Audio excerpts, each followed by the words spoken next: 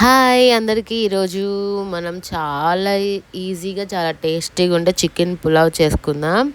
So చాలా తక్కువ మసాలాతో super super tasty chicken pulao చేసుకుందాము. బిర్యానీ కంటే కూడా చాలా తొందరగా అయిపోతుంది. లంచ్ అండ్ డిన్నర్ రెండిటికి కూడా పర్ఫెక్ట్ అనమాట ఇది.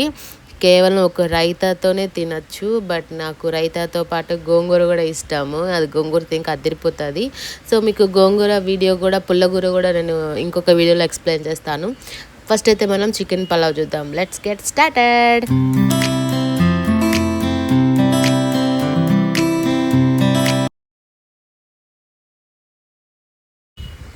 సో ఫస్ట్ అయితే మనము రైస్ నానబెట్టుకుందాము. నేను ఫస్ట్ ఆల్రెడీ రెండు మూడు సార్లు కడిగి పెట్టేసుకున్నాను. నేను ఇంట్లో రైసే యూస్ చేస్తున్నాను. మీరు కావాలంటే బాస్మతి రైస్ కూడా యూస్ చేసుకోవచ్చు. ఏ రైస్ అయినా సరే ముందు మనం బాగా 2-3 సార్లు వాష్ చేసుకొని ఒక అరగంట సేపు నానబెట్టేసుకుంటే బాగుంటుంది అనమాట. రైస్ బాగా ఉబ్బుతుంది, ఒకటి బాగా పొడి పొడిగా కూడా ఉంటుంది. సో నేను అలా పక్కన పెట్టేసుకున్నాను. నేను రైస్ కుక్కర్లో చేస్తున్నాను అనమాట పులావు. ఎందుకంటే రైస్ ఆన్ చేసేసుకొని మన పనులు ఏమన్నా ఉన్నా, బయట పనులు ఏమన్నా చూసుకోవచ్చు అని నేను. సో కావాలంటే మీరు కుక్కర్లో కూడా చేసేసుకొని విజిల్స్ పెట్టేసుకోవచ్చు. ఒక 4-5 విజిల్ అంటే అయిపోతుంది రైస్ కుక్కర్లో అయితే. సో ఫస్ట్ అయితే నేను కొంచెం 4-5 స్పూన్లు ఆయిల్ వేసేసుకున్నాను. దాంట్లో మనం బిర్యానీ మసాలాలు ఉంటాయి కదా, సో అవన్నీ వేసుకున్నాను అనమాట. లవంగాలు, స్టార్ అండ్స్, తర్వాత షాజీరా, బిర్యానీ ఆకు, తర్వాత యాలుకలు అన్నీ వేసేసుకొని బాగా కొంచెం ఫ్రై చేసుకోవాలి. దాని తర్వాత అది కొంచెం ఫ్రై అయిన తర్వాత మనం పచ్చిమిర్చి వేసుకోవాలి. నేను ఒక 3 వేసుకున్నాను మధ్యలో కట్ చేసుకొని. అది కొంచెం వేగిన తర్వాత మనము ఆనియన్స్ అనమాట. ఆనియన్స్ నేను ఒక మీడియం సైజ్ ఒక 3 తీసుకున్నాను.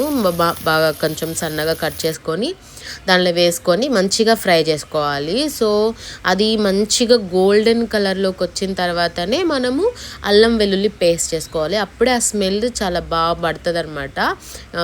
నేను అది పెద్ద స్పూన్తో వేసాను, అంటే 2 స్పూన్స్ వేసుకోండి మీరు అల్లం వెల్లుల్లి పేస్ట్. సో అది వేసుకొని మంచిగా ఫ్రై చేసుకోవాలి. దాంట్లో ఉన్న పచ్చివాసన అంతా పోయేంత వరకు ఫ్రై చేసేసుకుంటే చాలా బాగుంటుంది. ఇంకా ఫ్రెష్ది మనం దంచుకుని వేసుకుంటే ఇంకా చికెన్ పులావ్కి ఆ స్మెల్ అనేది బాగుంటుంది అనమాట. అది కొంచెం పచ్చివాసన అయిపోయిన తర్వాత మనం టమోటాలు వేసుకున్నాను, కొంచెం సాల్ట్ వేసుకున్నాను, టమాటాలు మగ్గడానికని వేసుకున్నాను. అది కూడా సాల్ట్ వేస్తే కొంచెం ఈజీగా మగ్గుతుంది కదా, సో అలా మగ్గడానికి వేసుకున్నాను. సో అవి మగ్గిన తర్వాత మనం ముందుగా నేనే కడిగి పెట్టుకుని ఒక 1/2 kg చికెన్ అనమాట. అది మంచిగా వాష్ చేసుకొని పెట్టుకున్న, అది వేసేసుకొని దాంట్లో కొంచెం సాల్ట్ వేసుకున్నాను. సాల్ట్ వేస్తే ఏమవుతుందంటే వాటర్ అనేది పైకి వస్తాయి అనమాట. కొంచెం దాంట్లో ఉన్న వాటర్ అవన్నీ తొందరగా వస్తాయి. అదొకటి చికెన్కి కూడా మా సాల్ట్ అనేది పడుతుంది. సో అందుకే కొంచెం ఎక్కువ వేసుకున్నాను చికెన్కి. ఇలాంటి చికెన్ పులావ్కి సాల్ట్ ముక్కకు కానీ పట్టకపోతే అంత టేస్టీగా అనిపించదు. సో అందుకే కొంచెం ఎక్కువ వేసుకున్నాను నేను చికెన్ ముక్కకి. మనం లాస్ట్లో మళ్ళీ వాటర్ వేసినప్పుడు అది అడ్జస్ట్ చేసుకోవచ్చు. సో అలా మూత పెట్టుకొని ఒక 5 minutes ఉంటే చూసారా వాటర్ అన్నీ వస్తాయి అన్నమాట. ఇలా చుట్టూ వాటర్ వస్తాయి. సో అవి కూడా వాటర్ అన్నీ కూడా ఇంకిపోవాలి మనకి. జస్ట్ ఆయిల్ కనిపించేటట్టు ఉన్నప్పుడు మనం తర్వాత మసాలాలు అనేవి యాడ్ చేసుకోవచ్చు.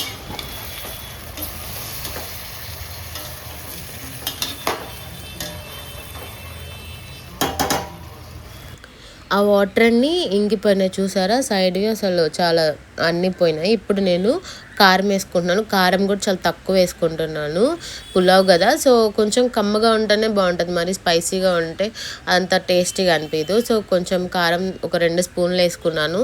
తర్వాత గరం మసాలా, బిర్యానీ మసాలా వేసుకొని ధనియాల పొడి ఉంది కదా, 1 స్పూన్ వేసుకున్నాను.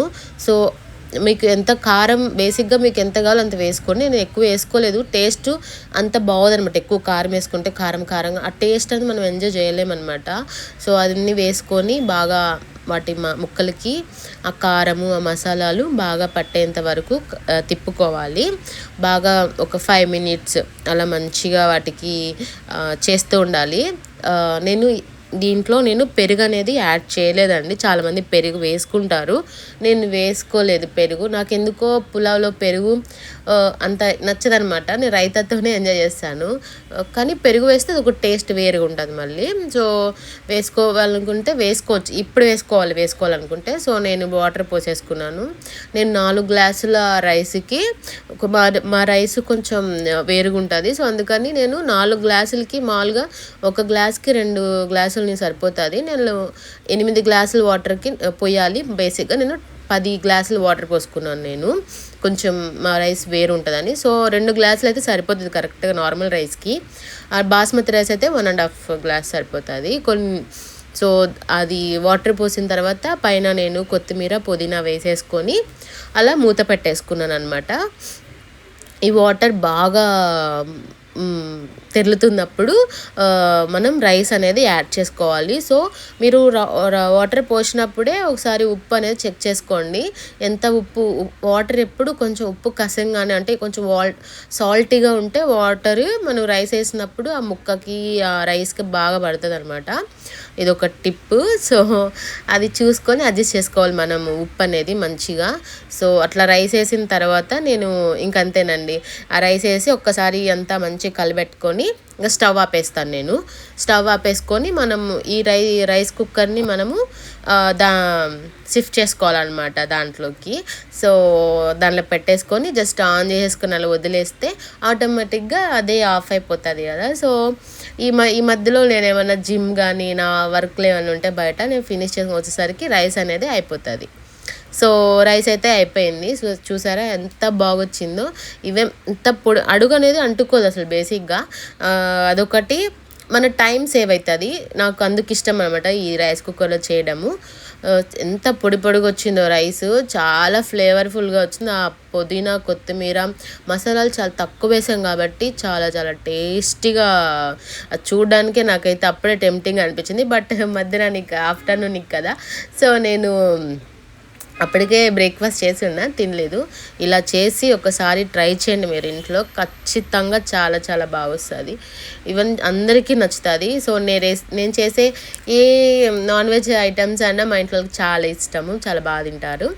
నేనైతే దీన్ని ఎక్కువ గోంగూర అంటారు, పుల్లగూరతో తింటాము. ఏపీ అంటే అటు సైడ్ మంచిగా తింటారనమాట.